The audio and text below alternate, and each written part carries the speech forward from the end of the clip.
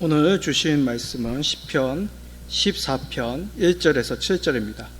시편 14편 1절에서 7절.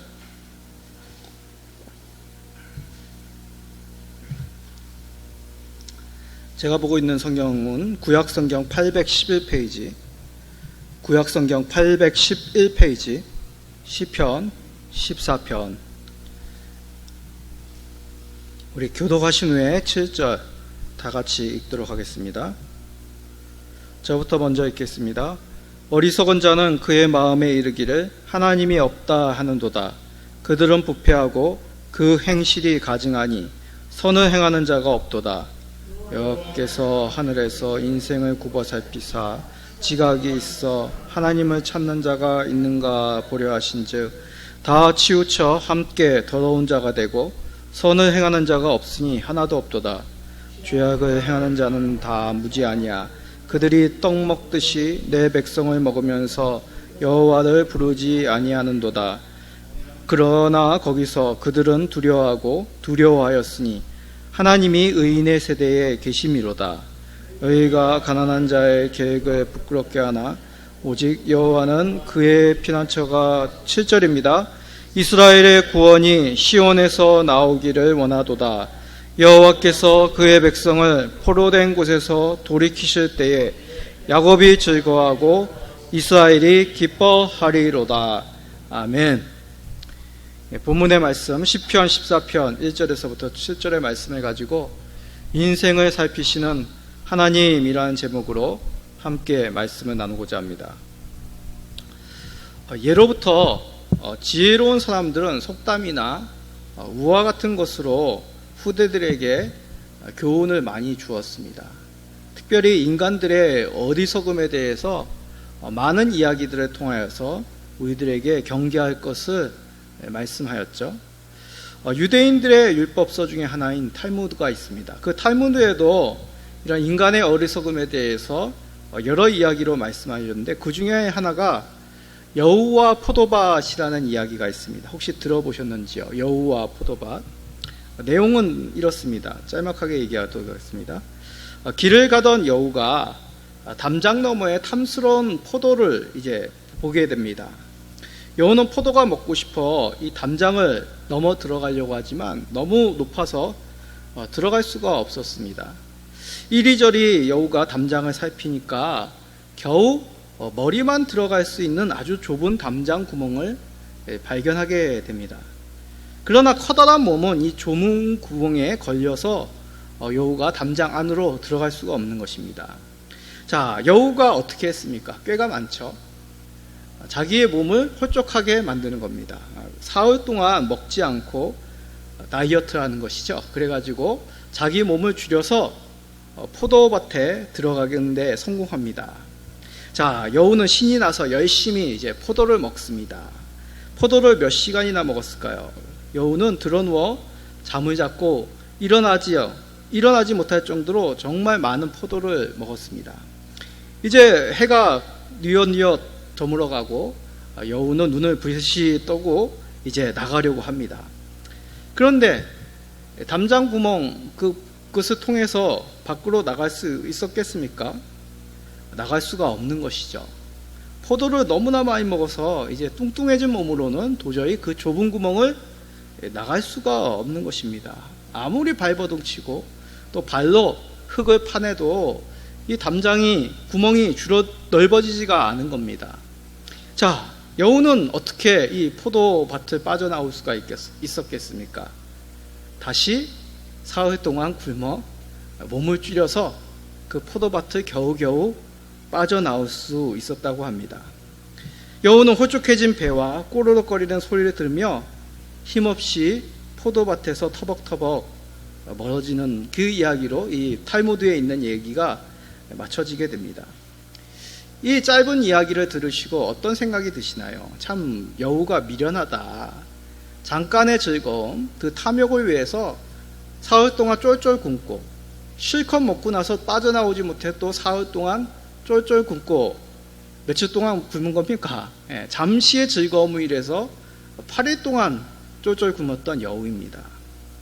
이런 탈무드의 얘기를 통해서 이것을 읽는 사람들에게 교훈을 주는 것이죠. 결국 탐욕을 쫓는 인생은 이런 어리석은 여우와 같이 아무런 도움이, 인생이 참으로 행복하지 못하는 말하고 있다는 것을 우리가 깨닫게 됩니다.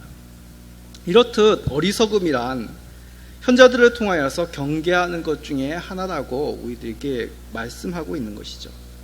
그런데 오늘 하나님의 말씀 시편은 이것을 넘어서 하나님이 말씀하시는 그 어리석은 인생에 대해서 하나님의 엄중하신 말씀을 우리가 보게 됩니다. 성경에는 여러 어리석은 사람들이 나옵니다. 대표적으로 다윗 시대에 나발이라는 사람이 나옵니다. 나발, 혹시 기억나십니까? 이 나발이라는 뜻이 어리석다라는 뜻입니다. 그 이름 자체가 벌써 나발, 어리석은 사람이라는 것을 가리키는 것이죠. 자, 이 사람은 다윗이 사울에게 쫓겨 도망다니던 시절에 다윗의 도움을 거절했던 사람입니다.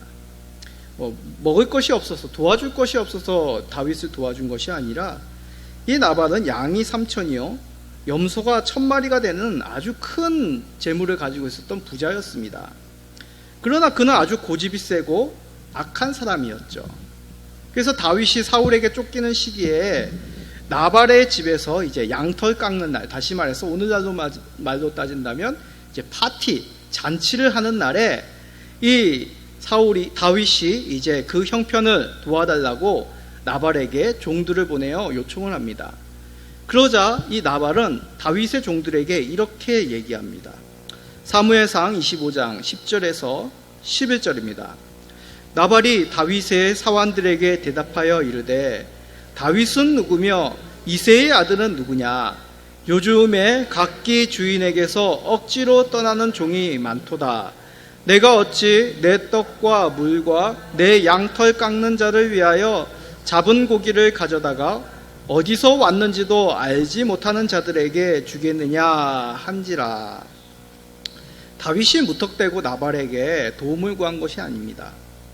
다윗은 이 나발이 거주하는 그 근방에 거할 때 나발의 재산과 양들을 강도들로부터 지킨 적이 있었습니다. 다윗은 그때를 기억하여 나발에게 좀 도움을 얻을까 하여서 종들을 보내어 이렇게 도움을 요청한 것이죠. 그러나 나발은 어리석게도 다윗의 종들을 모욕하여 돌려보냅니다. 다윗은 빈손으로 돌아온 이 종들의 이야기를 듣고 노발대발하게 됩니다. 그리고 부하들을 거느리고 나발을 치려고 떠납니다. 자, 멀리서 다윗이 온다는 소식을 누가 들었냐면 나발의 부인 아비가일이 먼저 듣게 됩니다. 아비가일은 그 이야기를 듣고 불이 나게 음식을 장만하여 손수 다윗에게 나아갑니다. 그리고 다윗에게 요청하기를 남편의 어리석음을, 그 무례함을 용서해 줄 것을 요청하게 되는 것이죠. 그런 아내의 노력, 그 순간에 나발은 무엇을 하고 있었냐면 그 잔치에 되취하여서, 크게 취하여서 아무런 일이 일어나지 못하는 그런 인사불성의 그런 상태로 있었음을 성경은 말하고 있습니다. 자, 아침이 돼서 아내로부터 그 모든 자초지경을 들은 후에 나발은 돌과 같이 몸이 굳어져 며칠 후에 숨이 멎었다라고 성경은 말씀하고 있습니다. 자, 우리는 이런 나발의 모습 속에서 그가 단지 무례하였다, 상황을 파악하지 못하는 그런 둔감함이 있었다라는 것을 말하고 있지 않다는 것을 우리는 깨달아야 됩니다. 나발이 왜 다윗의 종들에게 이렇게 얘기한 것일까요? 그의 대답 속에서 답을 알 수 있습니다. 이 나발은 다윗을 무엇이라고 얘기하냐면 주인에게서 억지로 떠나는 종이라고 얘기합니다. 다시 말해서 다윗에 대한 이야기, 그리고 다윗이 왜 사울을 피하여 도망다니는지에 대해서 그 여러 가지 이야기들을 들었다는 것이죠. 그런데 나발은 그것들을, 자신의 재산을 나누어 주는 것, 잠시 그것을 구워주는 것이 정말 아까워서 그는 다윗에게 이런 모욕스러운 말로 그를 돌려보냈다라는 것입니다. 다시 말해서 그는 교만하여 자신을 돌아보는 그 하나님의 섭리들, 하나님이 다윗을 통하여 왕을 세우시고자 하시는 그런 하나님의 섭리보다도 자신의 그런 무례함들, 하나님을 두려워하지 않는 그런 교만함으로 다윗을 대접하였다는 것을 알 수 있는 것이죠.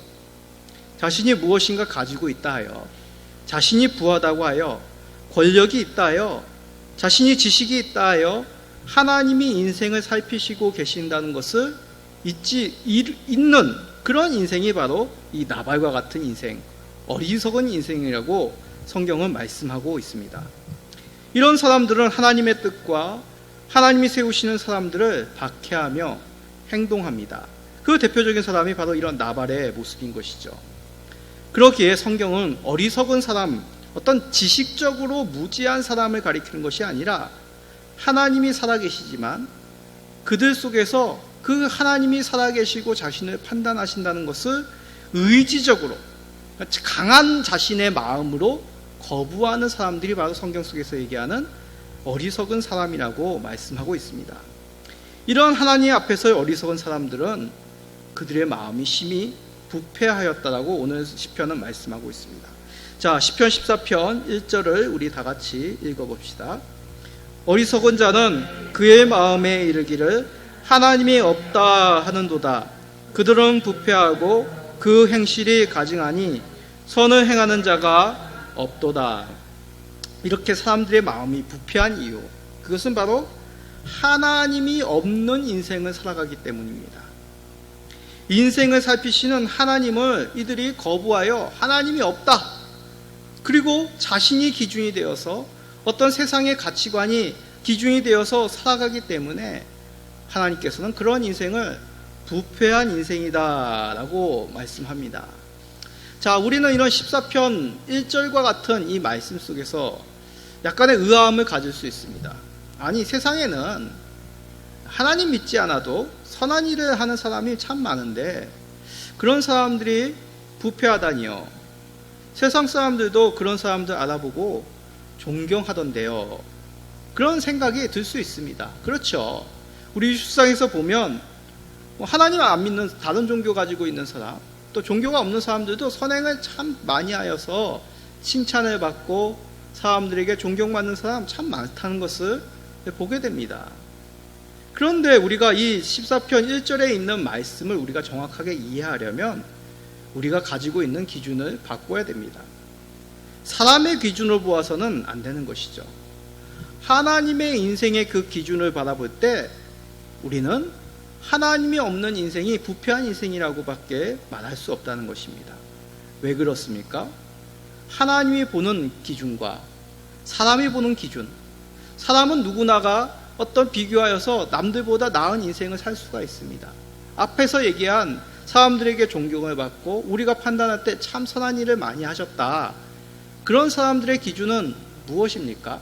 나보다 어떤 보편적인 누군가보다 더 나은 인생을 사는 것이죠.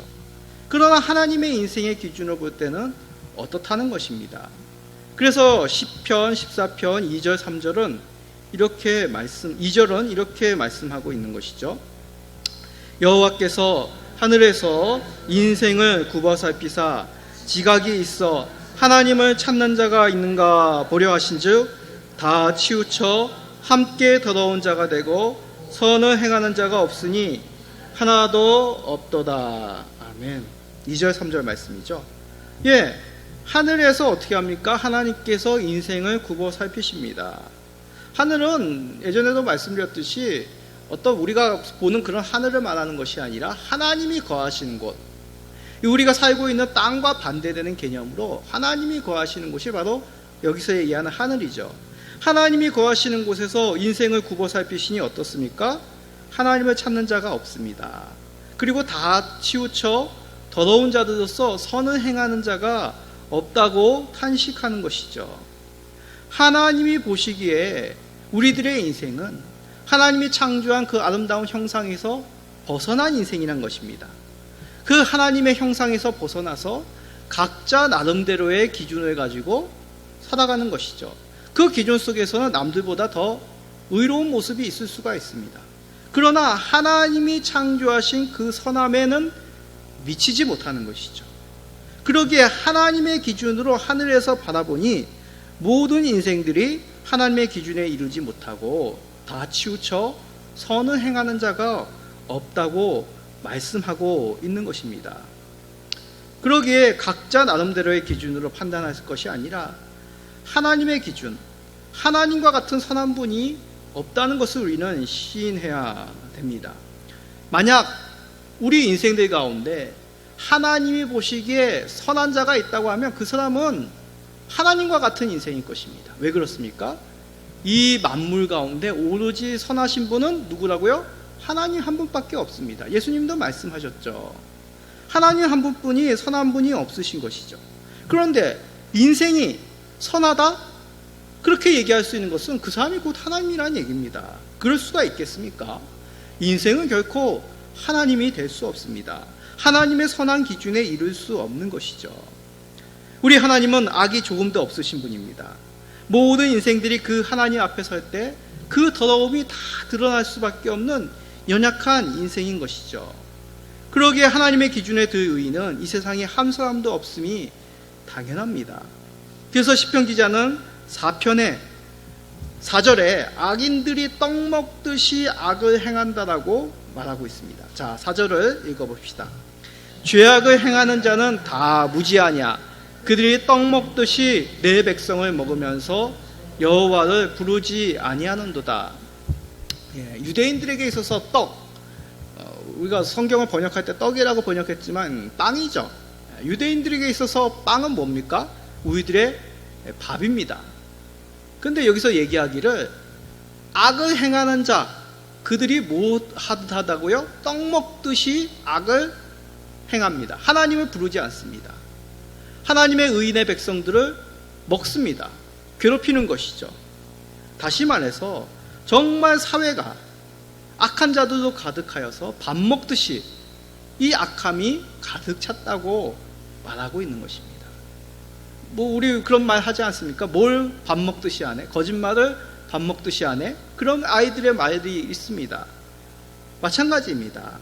밥 먹듯이 이 악한 세상 가운데서 하나님을 거부하며 하나님을 믿는 자들을 괴롭히는 것이 이 땅의 보편적인 모습이란 것입니다.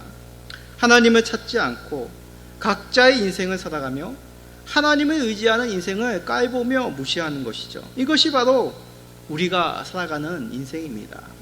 그러한 인생 가운데 우리가 살아갈 때 어떠한 마음이 듭니까? 믿음이 연약한 자들은 내가 참 어리석은 길을 선택했는가? 믿음의 길을 사람들은 그렇게 여기지 않는데 내가 잘못된 길을 선택했는가? 라고 그렇게 참 연약한 마음이 들기도 합니다. 우리 믿음이 좀 있으신 분들도 이런 이야기를 자꾸 듣고 그런 모습을 보게 되면 참 눈물이 나죠. 괴롭고 참 믿음으로 살아가는 불신의 가정 가운데서 홀로 믿음을 가진 분들의 그런 안타까운 모습 우리가 많이 접하게 됩니다. 자, 그런데 이런 하나님을 알지 못하며 떡 먹듯이 하나님과 하나님의 백성을 무시하는 이 시대에 정말 우리는 눈물뿐이 흘릴 수 없는 것일까요? 그런데 하나님께서는 놀랍게도 이 악인들로 가득한 세상에서 하나님은 의인의 편이 되신다라고 말씀하십니다. 자, 5절 우리 다 같이 읽어봅시다. 그러나 거기서 그들은 두려워하고 두려워하였으니 하나님이 의인의 세대에 계심이로다. 아멘. 하나님이 어디에 계시다고요? 의인의 편에 서신다는 얘기죠. 의인이란 어리석은 자의 반대의 의미입니다. 다시 말해서 하나님과 같이 절대적인 의를 가지고 있는 사람들이 의인이 아닙니다. 어리석은 자들보다도 도덕적으로 약간 의로울 수도 있습니다. 아니면 세상 사람들보다도 정말 우리가 보잘것없는 의를 가질 수가 있죠. 그러나 여기서 얘기하는 의인이란 것은 연약함에도 불구하고 하나님을 부르며 하나님만의 도움을 구하는 자들이 여기서 얘기하는 의롭다 칭함을 받은 자들입니다. 다시 말씀드립니다. 여기서 얘기하는 의인이란 것은 이러한 악한 세상 속에서도 그 믿음 저버리지 않고 하나님을 의지하는 자들이 하나님을 보실 때 의인이요 그들의 편에 서신다라고 말씀하고 있는 것이죠.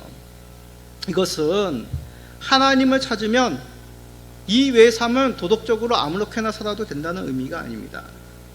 하나님을 의지하는 인생, 하나님께서 찾으시는 인생이니 그가 겸손히 하나님을 두려워하며 늘 하나님 앞에서 살아가는 그러한 삶으로 발버둥치며 이 땅 가운데 살아가고 있다는 것이죠.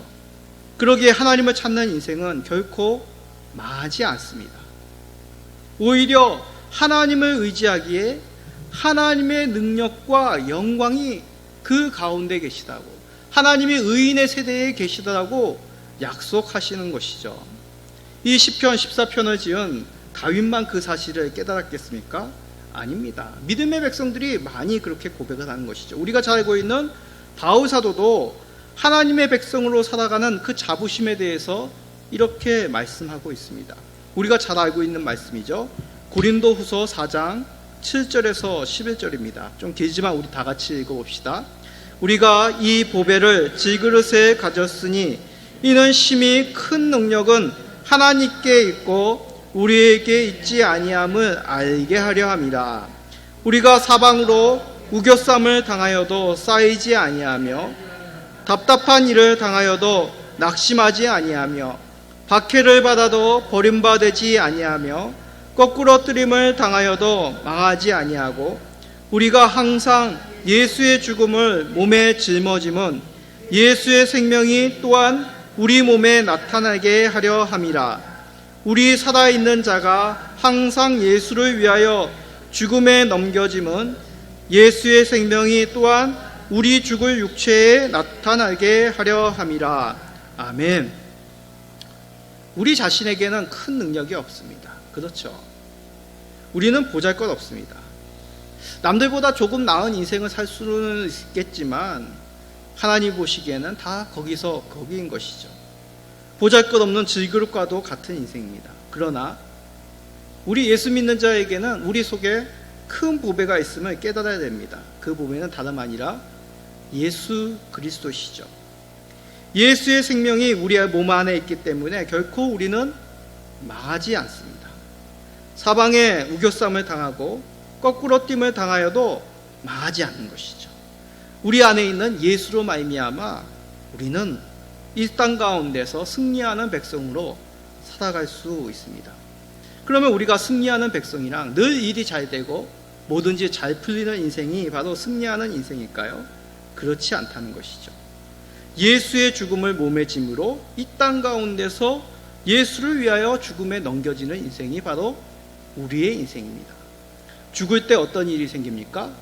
부활의 영광이 있는 것이죠. 우리의 썩어질 인생, 질그릇과 같이 깨뜨려짐을 당할 때 그 속에 있는 보배가 찬란하게 빛나게 되는 것입니다. 그러기에 우리가 이 땅 가운데서 때로는 믿음 지키다가 마음이 상하고 때로는 육체가 상하고 때로는 우리가 눈물과 여러 가지 고난과 외로움에 당할지라도 결코 낙심하지 않을 것은 우리 안에 있는 예수로 말미암아 우리는 죽고 또한 예수가 사는 놀라운 일에 우리가 사용되기 때문에 그렇습니다. 하나님이 인생을 살피시니 악한 세상 속에서 절망하시지 마시기 바랍니다. 특별히 더욱더 주님이 오실 날이 얼마 남지 않은 이 상황 가운데 세계적으로 점점 예수 믿는 자들의 숫자, 그 교회와 성도들의 숫자가 줄어드는 것을 우리는 시인할 수밖에 없습니다. 대한민국 사회도 마찬가지이죠. 젊은이 세대들이 점점 교회에 예수님을 믿는 자들이 적어지는 것이 각 교회에서 일어나는 일들입니다. 그런 가운데 우리가 무엇을 바라봐야 되겠습니까? 세상이 그러할지라도 우리와 우리의 가족들과 우리 성도들만큼은 믿음이 잃어버리지 않고 그 보배이신 예수 그리스도로 말미암아 우리가 살아가는 인생, 때로는 이 땅 가운데서 죽임을 당할지라도 우리의 자존심과 우리의 삶이 때로는 슬픔이 있을지라도 그 속에 예수 생명이 있기 때문에 우리는 더욱 소망 가지고 믿음으로 살아갈 수 있음을 깨닫습니다. 이 자리에 계신 모든 성도님들, 예수로 말미암아 죽으시고 예수 안의 생명으로 더욱 영광 누리시는 모든 성도님 되시기를 예수 그리스도의 이름으로 간절히 축원드립니다. 아멘.